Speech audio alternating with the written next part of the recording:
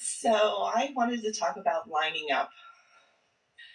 So if I'm emanating this song, this vibratory song with all these different, this mix of notes in my vibration, and I want to line up, right? And there's this larger part of me that already has everything. So is it when I resonate with those pieces, those vibrations that are in my vortex, that I pull it into manifestation? Well, you've made it a little more complicated than it really needs to be. Give us a little more about the resonating notes. So when I'm feeling, I'm being that which I want. Is that what pulls it into manifestation? Well, yes, but rather than saying pulls it in, because it's already being offered, it's you allowing it in. So you could say, I'm pulling it in, but in the pulling, there's a little resistance. It's you softening yourself of any resistance. It's like taking away from yourself any pieces that don't match it. And absent of any pieces that don't match it, it just flows naturally. There's no pulling. It just flows naturally by law of attraction. There's no effort. There's no pulling. There's no manipulating. It just matches. It would sort of be like saying, if we take your analogy exactly as you offered it, would be a little bit like saying the radio station is broadcasting a signal, and I'm going to turn on my radio and set it to the same channel so that I can pull the signal in. Well, you could say it that way, but really you're just setting your dial so that you can receive the signal.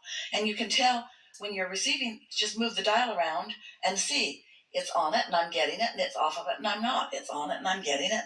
And there's really no pulling involved. It's just tuning. Tuning is a better word than pulling. Okay, so as I try to tune myself. It's like try to tune. There's too much effort in that.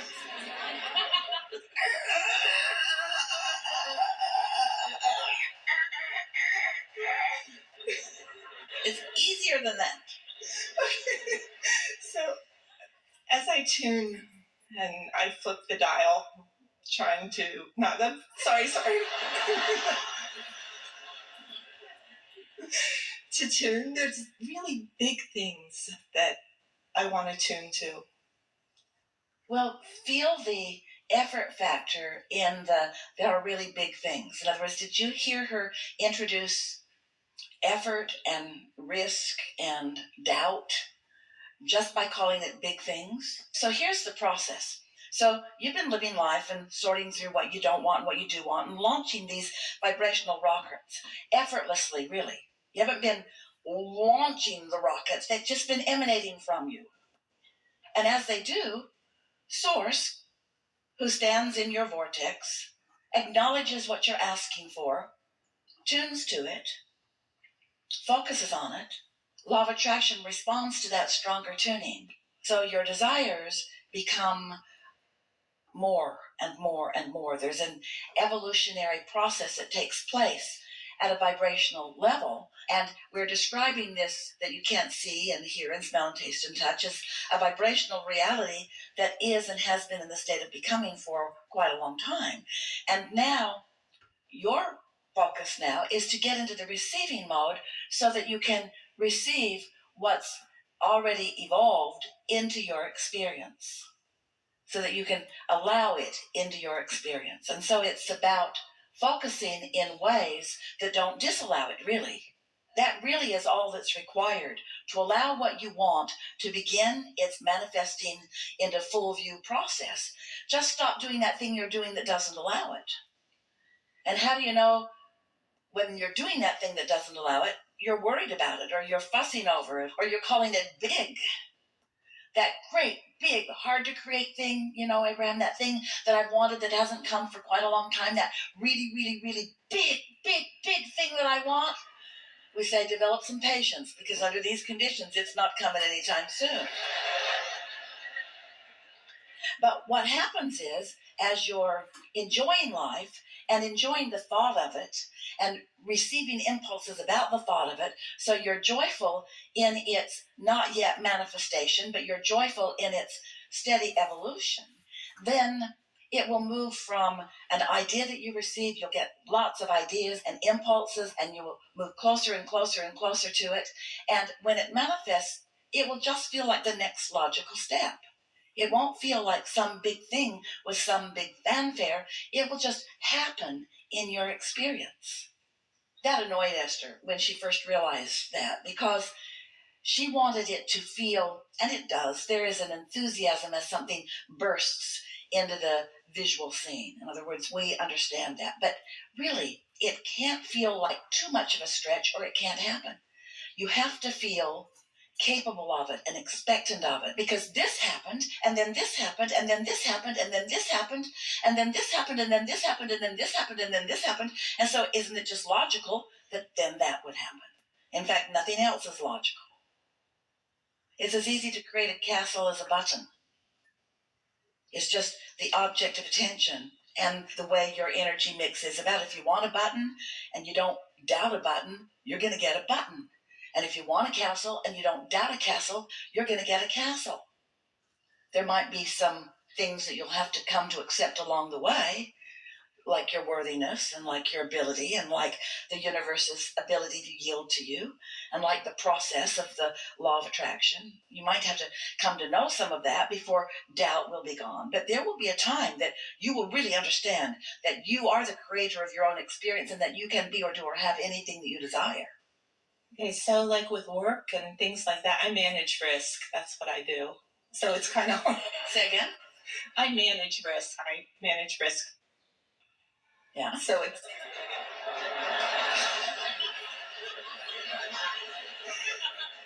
but I actually find very inspired ways of solving things.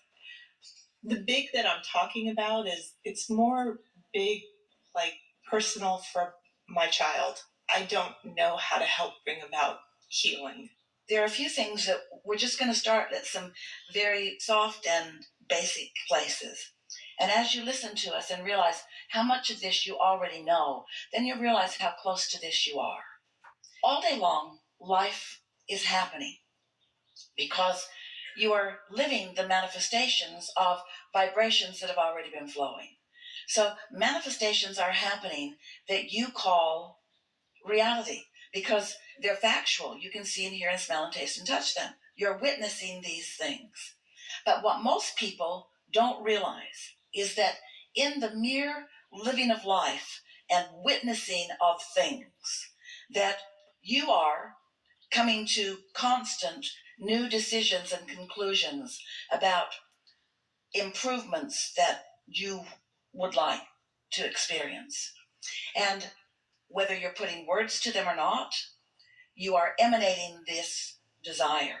And so is your child, so is everyone. Everyone who is experiencing anything is launching these rockets of desires. The hardest thing for humans is to have launched a desire about something that they prefer while they're still looking at the reality of what is. And that's what makes attention to things that feel risky so counterproductive. Because when you're looking at the risks, then you cannot be in the receptive mode of the solutions, because the problem and the solution are very different frequencies.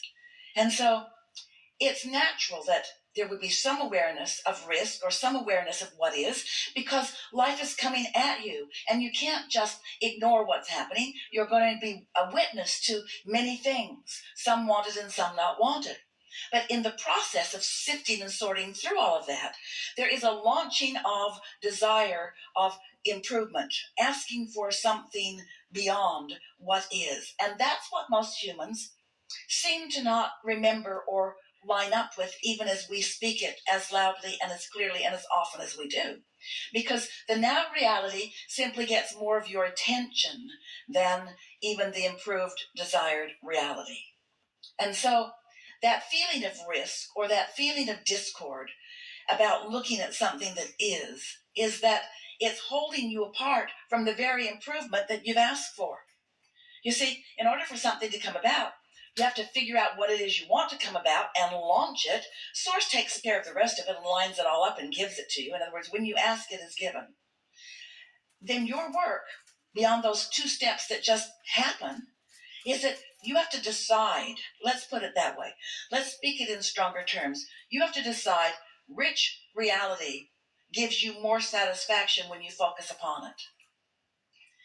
If you can make your decisions about where you focus in time based upon how it feels when you focus, rather than getting too far down the road and trying to figure out how it's going to come, when it's going to come, where it's going to come from, who's going to bring it, how it's going to come about, then you can hold yourself in a vibrational stance where you will be the receiver of the idea, the receiver of the next step that will help you to witness the unfolding of what you're wanting. Now, of course, you don't create the reality for anyone else. But when you desire something in a very strong way and you line up with your inner being about it, your desires count for a lot, because after all, there's nothing that is more prominent in your vortex than the welfare of those people that you love and care about. And so there's plenty already in your vortex about this subject. You've just got to find a way of lining up with it. So we get why it feels big to you. Everyone understands that. But you've got to whittle the distance down. Let's change the subject just slightly. You'll hear it better this way. Let's say you are in enormous debt and struggle around money, and you have a desire for enormous wealth and freedom in money. So in terms of reality that is already manifested, there's a big gap between where you currently are in terms of what you're allowing to manifest in your experience and what you desire. Well, you've got to find a way of narrowing that gap down to something that is manageable. And the way you narrow it down to something that is manageable is by accepting that it is what it is and that you have two choices. You can focus on what is in a way that makes you feel dissatisfied, and law of attraction will perpetuate more of that. Or you can focus upon what is in a way that makes you feel more satisfied, and law of attraction will perpetuate more of that. Those are the only two choices. We've been talking to you for years about an emotional scale, because your emotions are your indicator of how much resistance you're putting into the mix in relationship to things that you want. The better you feel, the less resistance, and the more things are evolving and the more you're witnessing them. The worse you feel, then the more resistance you're putting into the mix and the more you're slowing things down. So as you are understanding that you have more control over the way you feel than you think you do, because most people say, no, I feel this way because of that. And we say, no, you feel this way because you're looking at that. And then you would say, well, Abraham, how can I not look at that? And we say, we know it seems hard or impossible not to look at things that make you feel dissatisfied. But if you will hear us and understand that there are many things in your experience to which you do not right now feel dissatisfaction, and if you will find those things, even those lesser important things, even those much lesser important things, and you will focus upon anything and everything to which you can feel satisfaction, your point of attraction will shift. And when your point of attraction shifts, your relationship to your vortex shifts.